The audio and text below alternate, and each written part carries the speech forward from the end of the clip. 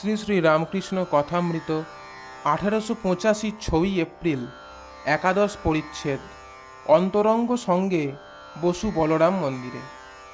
বেলা 3টা অনেকক্ষণ বাজিয়াছে। চৈত্র মাস, প্রচণ্ড রৌদ্র। শ্রীরামকৃষ্ণ দুই একটি ভক্ত সঙ্গে বলরামের বৈঠকখানায় বসিয়া আছেন, মাস্টারের সহিত কথা কহিতেছেন। আজ 6 এপ্রিল সোমবার, 1885 25 চৈত্র 1291 বঙ্গাব্দ, কৃষ্ণ সপ্তমী। ঠাকুর কলিকাতায় ভক্তমন্দিরে আসিয়াছেন। সাঙ্গপাঙ্গ দিগকে দেখিবেন ও নিমু গোস্বামীর গলিতে দেবেন্দ্রের বাড়িতে যাইবেন। ঠাকুর শ্রীরামকৃষ্ণ ঈশ্বর প্রেমে দিবানিশি মাতোয়ারা হইয়া আছেন। অনুক্ষণ ভাবাবিষ্ট বা সমাধিস্থ। বহির্জগতে মন আদৌ নেই। কেবল অন্তরঙ্গেরা যতদিন না আপনাদের জানিতে পারেন, ততদিন তাহাদের জন্য ব্যাকুল।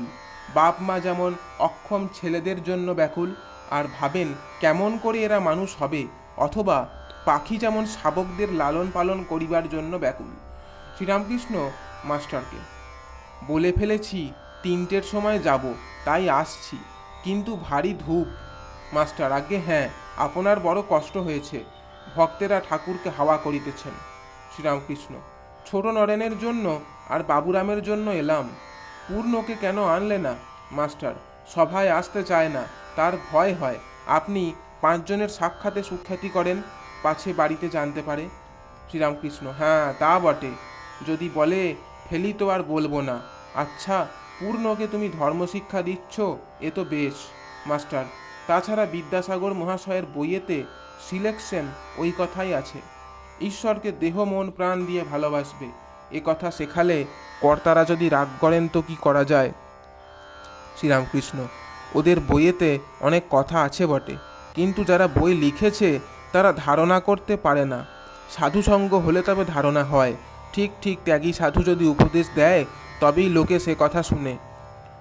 শুধু পণ্ডিত যদি বই লিখে বা মুখে উপদেশ দেয়, সে কথা তত ধারণ হয় না। যার কাছে গুড়ের নাগরি আছে, সে যদি রোগীকে বলে গুড় খেও না, রোগী তার কথা তত শুনে না। আচ্ছা, পূর্ণের অবস্থা কীরকম দেখছো? ভাবডাব কি হয়?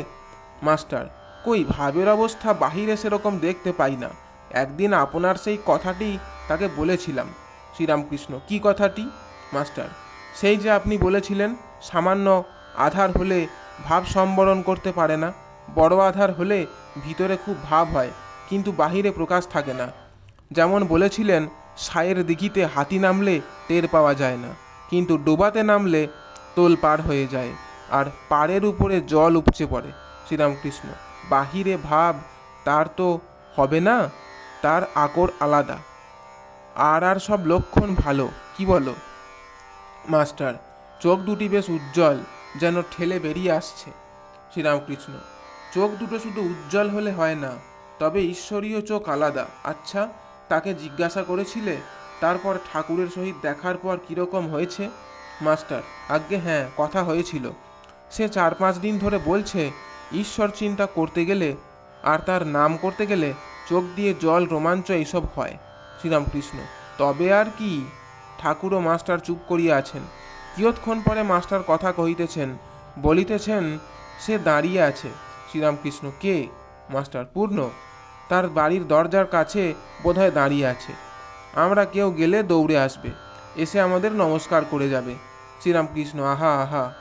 ঠাকুর তাকিয়ায় হেলান দিয়া বিশ্রাম করিতেছেন। মাস্টারের সঙ্গে একটি 12 বর্ষীয় বালক আসিয়াছে। মাস্টারের স্কুলে পড়ে, নাম ক্ষীরোদ। মাস্টার বলিতেছেন, এই ছেলেটি বেশ, ঈশ্বরের কথায় খুব আনন্দ। শ্রীরামকৃষ্ণ সহাস্যে, চোখ দুটি যেন হরিণের মতো। ছেলেটি ঠাকুরের পায়ে হাত দিয়া ভূমিষ্ঠ হইয়া প্রণাম করিল ও অতি ভক্তিভাবে ঠাকুরের পদসেবা করিতে লাগিল। ঠাকুর ভক্তদের কথা কহিতেছেন।